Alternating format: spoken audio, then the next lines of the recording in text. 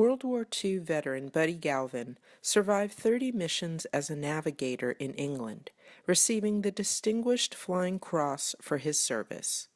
I was a long-range aerial navigator. The squadron was credited with 6 submarines.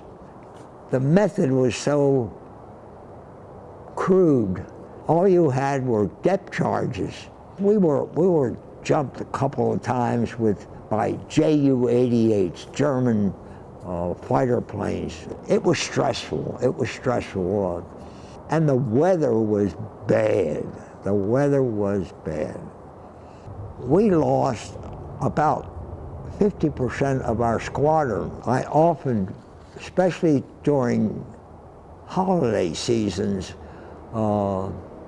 I think of some of these fellows. I lost a lot of friends.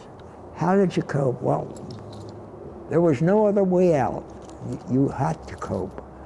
But they would tell you, get out there, find those submarines. One mission, while searching for enemy German submarines, still remains with Galvin. We had a message from base to return to base because weather conditions were getting unusually bad. We ran out of gas in one engine, and as we hit the runway, another engine cut out. When I stepped out of the airplane that evening, I kissed the ground. It was really, really fortunate that we made it. After the war, Galvin returned to South Florida, where he participated in the search for the missing crew of Flight 19. We would make a trip out and look for these guys for hours at a time, and of course, we never found anything. Became the mayor of Hallandale in the early 70s. Being mayor was, I felt, an honor.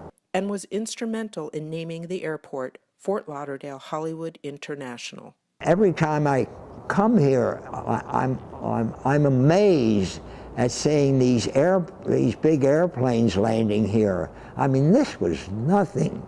Today, the 95-year-old Galvin remains active, working out at the gym 3 times a week, playing piano, and volunteering at the Naval Air Station Fort Lauderdale Museum. I get self-satisfaction.